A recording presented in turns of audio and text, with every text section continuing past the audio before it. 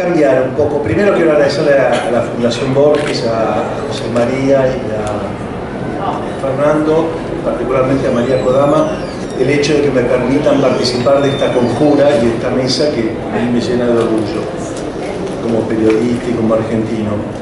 Y voy a cambiar un poco las cosas que me había anotado para no ser redundante y para poder dar un poco de lugar a las palabras, ¿no? Comenzaré diciendo que lo que aprendí de Borges creo que lo tomé de una frase de algún libro sobre Borges o del propio Borges que me impactó mucho y que la tengo grabada desde el momento en que lo empecé a leer.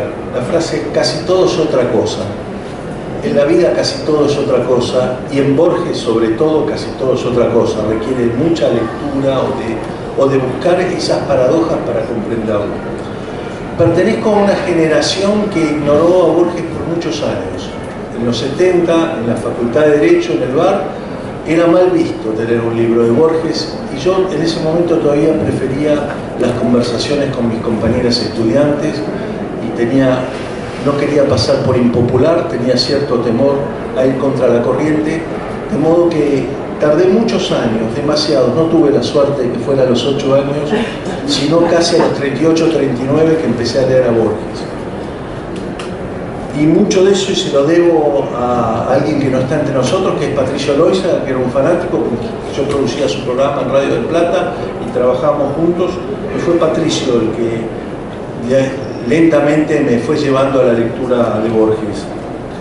Recién citaban Fundación Mítica de Buenos Aires, y por esa misma época, mi hijo Santiago, que tendría 6 o 7 años, lo recitó en el Liceo Francés, y a mí me dio una emoción que leo ese poema de una manera diferente cada vez que lo leo ahora. Está entre mis preferidos, pero coincido con Everness. Solo una cosa no hay, es el olvido, ¿no? Empiezan diciendo: solo una cosa no hay, es el olvido. Dios que salva el metal, salva la escoria, y cifra en su profética memoria las lunas que serán y las que han sido. Para esta charla, anoche me leí todos los poemas de Los Conjurados, los 40, y la verdad que pasé una hora y pico maravillosa que les recomiendo que hagan. Es más o menos 1 hora 20 de lectura, no es mucho más que eso, y uno va a encontrar allí, me parece a mí, sin duda, como dijo María y como se dijo en esta mesa, un legado, y tal vez el grado de perfección y de superación de Borges en la síntesis de sus paradojas, en lo que fue su trabajo, y encuentra además los temas de sus cuentos, los temas de sus ensayos, los temas de sus poemas anteriores. Tiene, me parece, deja la sensación de ser un testamento, aun cuando él no sabría. Bueno, tendría que citar otro poema que empieza diciendo que una de estas calles recorrer por última vez, nadie sabe cuándo es esa última vez que se recorre esa calle. Nadie lo sabe, él tampoco, pero está claro que es un poco un testamento el libro en sí. Antes de volver a Los Conjurados, que fue lo que propuso la charla, yo me había separado 2 o 3 cosas sobre Borges, que dijo Harold Bloom en su famoso canon, el crítico tan reputado, ¿no? Él dijo que de todos los escritores latinoamericanos del siglo XX, Borges era el más universal. Y creo que es el más universal por muchas de las cosas que se dijeron en esta mesa. Los temas que tocan son absolutamente universales, porque tienen que ver con el tiempo, con la vida, con la felicidad, con la muerte. No estoy de todo de acuerdo con la versión de Borges tan infeliz. Creo que Borges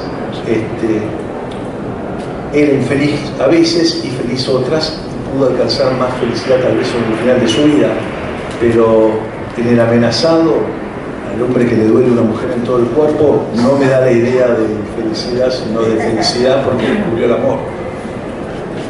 El amor, en fin, todas las temáticas que se conocen que toca Borges son sin duda universales y tienen esta cosa de metáfora, de paradoja, que permite que interese en todo el mundo, al mismo tiempo que habla de cosas muy íntimas y a veces de Buenos Aires o de Ginebra o de lugares muy concretos.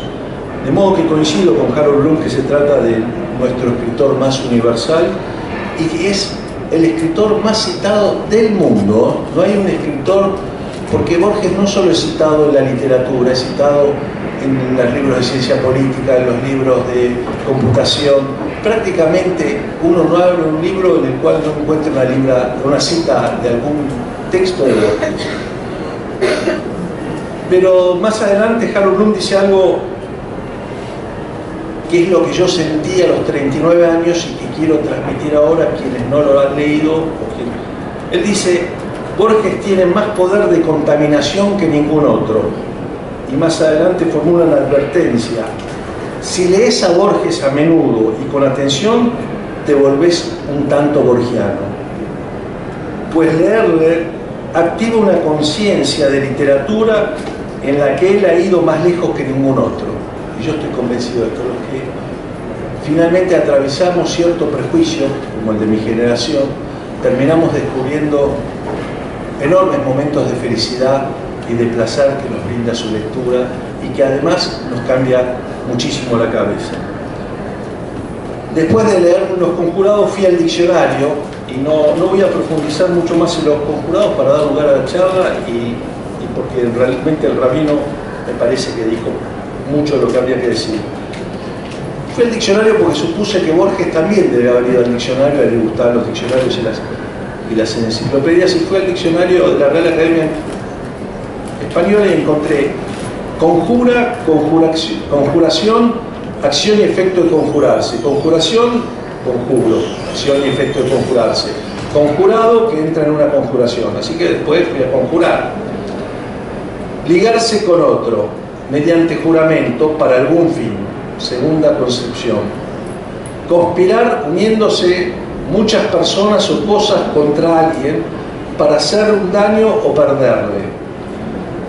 Decir exorcismos, el que tiene potestad para ello. Increpar, invocar la presencia de los espíritus.